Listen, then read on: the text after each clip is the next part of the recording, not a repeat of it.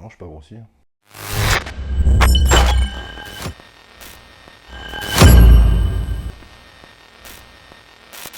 Bonjour à tous, bienvenue sur ma chaîne YouTube. C'est un plaisir de vous retrouver aujourd'hui pour cette nouvelle vidéo.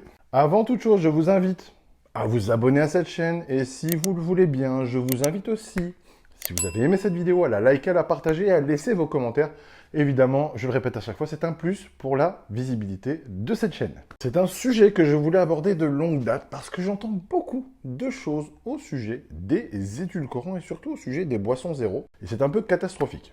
Elles font grossir, elles rendent résistants à l'insuline, elles valent pas mieux que les versions sucrées, voire même elles sont pires. Elles peuvent donner le cancer, elles détruisent le microbiote intestinal. Et ces affirmations ne sont pour autant soutenues par quasiment aucune étude faite sur le sujet, la majorité des études allant dans le sens opposé. Donc je pense que beaucoup d'idées reçues traînent à leur sujet et je voudrais dans cette vidéo partager un peu plus d'informations au sujet des croyances sur les boissons à base d'édulcorants et sur les édulcorants eux-mêmes. Qui plus est, je suis un fervent fan de ce type de boisson comme aide à la perte de poids, donc je me devais de donner mon avis. Commençons par cette rumeur que les boissons zéro ou light font grossir. Il se dit souvent en effet que ce type de boissons ne valent pas mieux que leur version gavée de sucre et qu'elles font tout autant grossir, voire même plus. Il semble que le point de départ de cette rumeur soit une étude faite il y a quelques années et qui faisait le constat que des personnes atteintes de diabète de type 2 ainsi que des obèses tendaient à être des consommateurs de boissons light à base d'édulcorants. Et là, il n'en faut pas moins aux extrémistes de l'anti-boisson light pour crier au loup et en déduire que oui, les boissons à base d'édulcorants ne sont pas bonnes,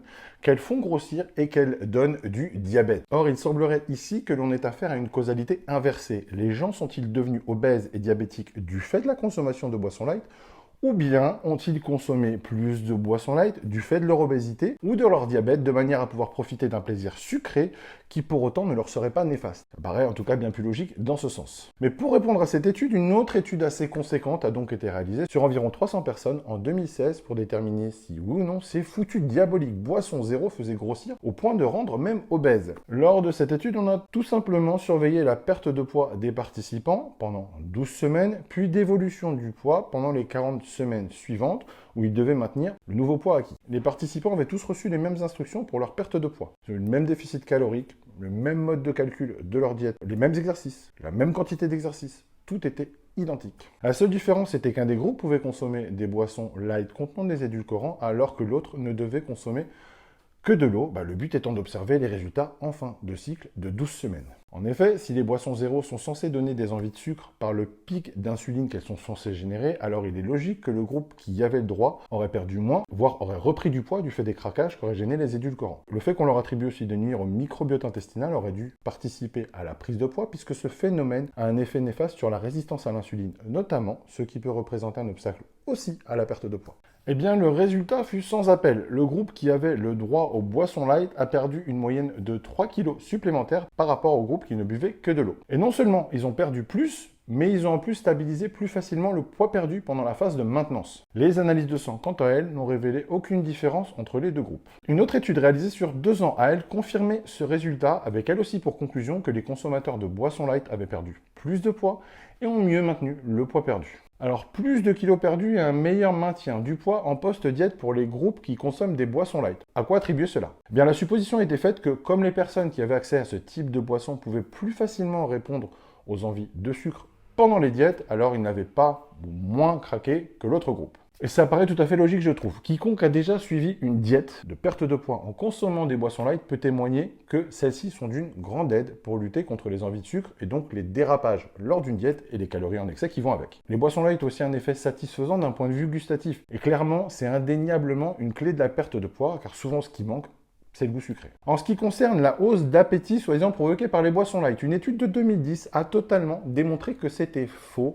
Les boissons à base d'édulcorants n'augmentent pas l'appétit, les édulcorants n'augmentent pas l'appétit. Dans cette étude, on a fait 2 groupes qui ont consommé chacun un repas. Un qui contenait du sucre et l'autre qui contenait des édulcorants. Donc dans ce cas, c'était stevia et aspartame. Et le résultat était que le groupe qui avait consommé des édulcorants n'a eu aucune hausse d'appétit suite à la consommation des repas. Par contre, il arrive parfois effectivement que certaines personnes surconsomment des calories sur le reste de la journée parce qu'elles se disent qu'elles économisent des calories en consommant des boissons zéro et ça peut amener effectivement là des débordements caloriques. Mais ce comportement n'a rien d'une réponse physiologique entraînée par les édulcorants, c'est juste une question de comportement et d'erreur alimentaire tout simplement. Autre point, et pas des moindres, la réputation cancérigène des édulcorants. L'aspartame a en effet eu cette horrible réputation d'être cancérigène. Cette réputation était liée au fait que lors de son apparition en 1996, il y aurait eu une évolution croissante de tumeurs du cerveau chez les gens âgés de plus de 70 ans. Or déjà, si on y pense, les personnes de cet âge à cette époque n'étaient certainement pas les plus gros consommateurs de boissons à base d'édulcorants, et en plus,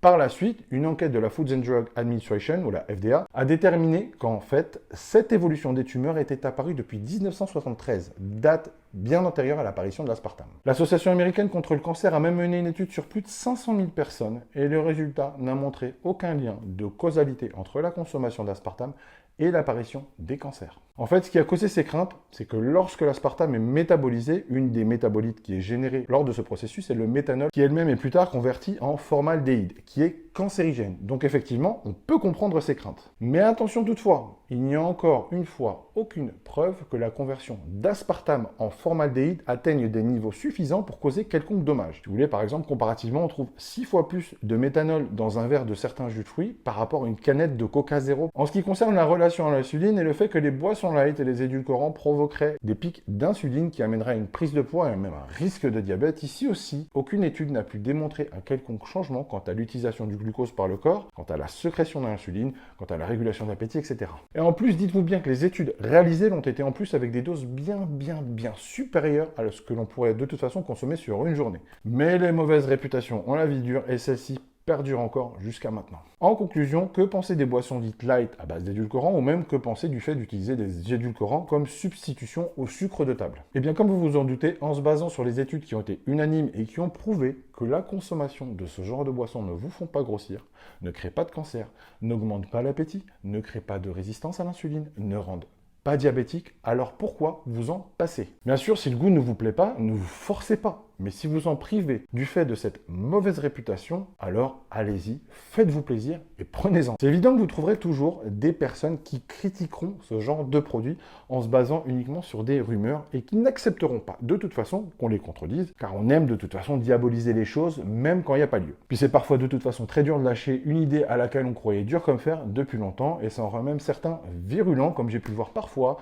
en réponse à mes stories sur les réseaux sociaux à ce sujet. Mais les faits sont là, des études le démontrent et qui plus est après 16 ans en tant que coach et après avoir fait perdre probablement quelques tonnes de kilos depuis tout ce temps, je peux vous dire une chose. Systématiquement, lors de mes coachings, j'ai pas hésité à recommander à mes élèves en perte de poids à avoir recours aux boissons zéro et aux édulcorants en cas de forte envie de sucre. Honnêtement, je préfère ça qu'un craquage. Et bien vous savez quoi? Ça n'a jamais freiné une perte de poids. Bien au contraire, ça les a même aidés puisque ça a pu éviter les dérapages dans les diètes. Évidemment que ces boissons ne doivent pas remplacer l'eau, mais elles sont clairement une aide énorme dans le contrôle de votre diète, que ce soit en perte de poids avant tout, puisqu'elles aident à lutter contre les envies de sucre, mais aussi dans le cadre d'une diète équilibrée classique, puisqu'elles aideront aussi à limiter la consommation de sucre, qui est bien évidemment néfaste lorsque consommée en excès. Et les excès avec le sucre, on le sait tous, c'est vite arrivé, donc si on peut abaisser la consommation par ce biais, alors ne nous privons pas. Voilà, c'est tout pour aujourd'hui, j'espère que cette vidéo vous a plu et qu'elle vous sera utile. N'hésitez pas à vous abonner à cette chaîne, à liker, à partager, à commenter cette vidéo et surtout, n'oubliez pas d'activer les notifications pour être averti à chaque sortie de nouvelles vidéos. Pour tous vos besoins en compléments alimentaires de haute qualité, n'hésitez pas à vous rendre sur mon site www.bikaperformance.com où vous pourrez retrouver toute ma gamme d'isolats de protéines, d'acides aminés, de pré-workout et de brûle-graisse. Pour toute information sur mes offres de coaching avec suivi, mes programmes de perte de poids et de prise de masse pour hommes et pour femmes, ainsi que mes e-books d'entraînement pour hommes et pour femmes. Et si vous souhaitez retrouver des articles de blog et des informations de qualité, n'hésitez pas à regarder ci-dessous dans la barre de description ou à vous rendre sur mon site www.bikacoaching.com. Vous pouvez aussi me retrouver sur Instagram et sur Snapchat où je vous partage mon quotidien et tout un tas de conseils sous le pseudo Bika-coach. Je vous dis à très bientôt pour une nouvelle vidéo.